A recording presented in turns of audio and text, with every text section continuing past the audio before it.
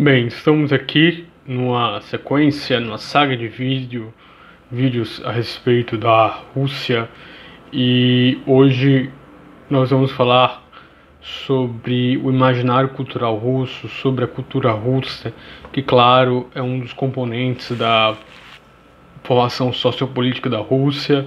Há quem pode estranhar, mas devemos refletir que não é à toa que em cursos de ciência política hajam disciplinas de antropologia política.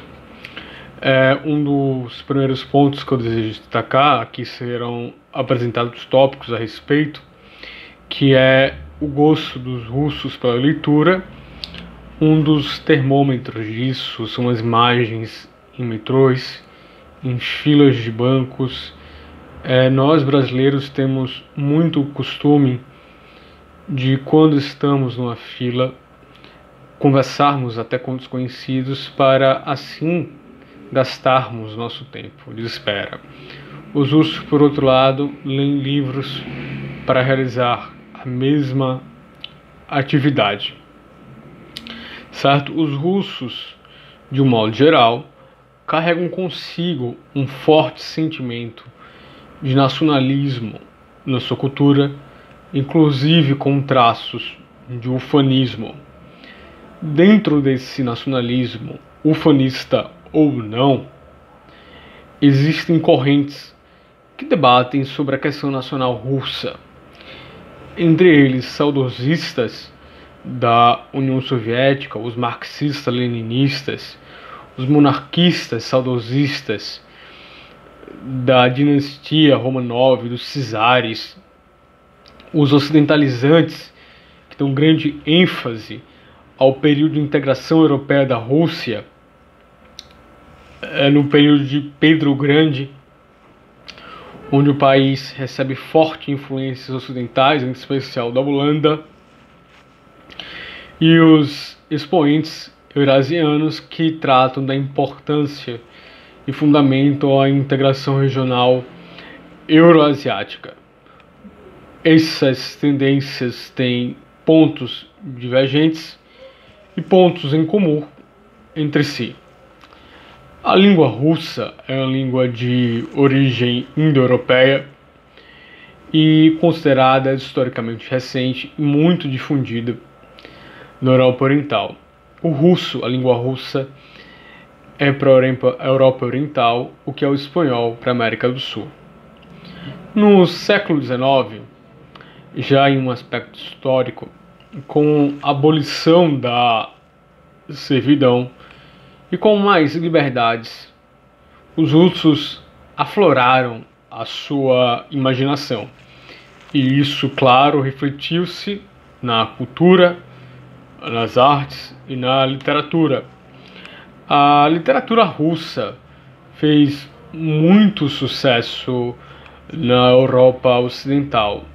O Ocidente também invadia com força a Rússia nesse processo de abertura cultural promovida pelo fim da servidão, e havia nobres que falavam francês, inclusive dentro de casa, como uma forma de demonstrar, por assim dizer, domínio cultural. E Dostoiévski e Tolstói foram os dois grandes expoentes, os dois grandes representantes da Rússia na literatura do século XIX. Eles ganharam o mundo com seus livros, refletindo sobre questões universais a respeito da condição humana, sobre processos locais bastante territorializados e questões universais como as correntes históricas e questões contextuais da Europa e do Ocidente do século XIX. Refletiu muito sobre a vida camponesa e sobre o forte espírito antimaterialista e esta tendência de introspecção desses camponeses, já vendo esse aspecto territorial e geográfico da Rússia. E em seguida, já na segunda metade do século XIX, tivemos o fenômeno da escola neoprimitivista, o neoprimitivismo, que foi uma tentativa de estabelecer uma arte russa autêntica, fugindo de padrões europeus, em especial as modas literárias de Paris. Esse movimento nada mais é que um resgate histórico dos povos primitivos da Rússia. O neoprimitivismo buscava inspiração na história russa, principalmente em tradições orais e nos folclores e mitos dos povos originários. Os povos que originaram a Rússia entre Kiev, atual Ucrânia, e os arredores de Moscou eram os eslavos e os vinks, chamados pelos conterrâneos de veragos. Essa escola teve força até o final do século XIX, e entrando já no início do século XX, nós podemos fazer menção ao futurismo. O futurismo, a arte se tornava cada vez mais abstrata, geométrica, matematizada, onde o dinamismo das fórmulas modernas superava os desenhos considerados arcaicos por esses artistas. E era um movimento considerado um movimento de vanguarda, por ser uma vanguarda política, já que muitos dos seus membros eram adeptos às ideias socialistas e ao Partido Social Democrata Operário Russo.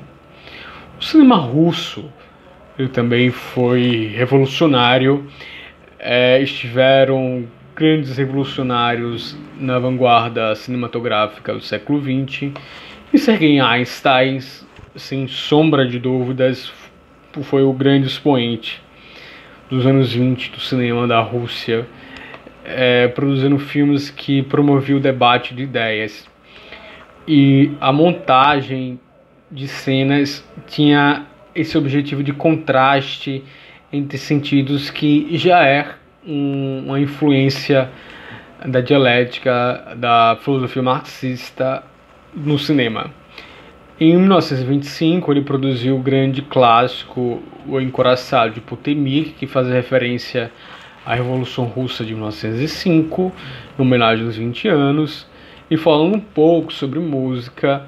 Sem sombra de dúvidas, a música clássica russa foi importantíssima para a Europa no século XX como todo. Os grandes músicos da época, críticos musicais, rasgavam elogios às orquestras russas, por dizer que nela haviam duas características, que era a precisão alemã e uma alegria italiana. E a União Soviética teve um papel fundamental na formação de músicos, fazendo escolas musicais tanto em grandes metrópoles como no interior da Rússia e dos países da União Soviética, dando ao mundo grandes músicos da música clássica, como o nome de Igor Stravinsky e Mstislav Rostropovich. Então, nós estamos aprofundando nos estudos tópicos a respeito da Rússia, e à medida que a bibliografia for sendo concluída, nós traremos cada vez temas distintos com cada vez mais profundidade. Se você se interessa em conhecer esse mundo e essa civilização única, e entender como a história desse país influencia nas questões contemporâneas, que arrasta para questões de política externa e geopolítica, continue a nos acompanhar, e obrigado pela sua visualização.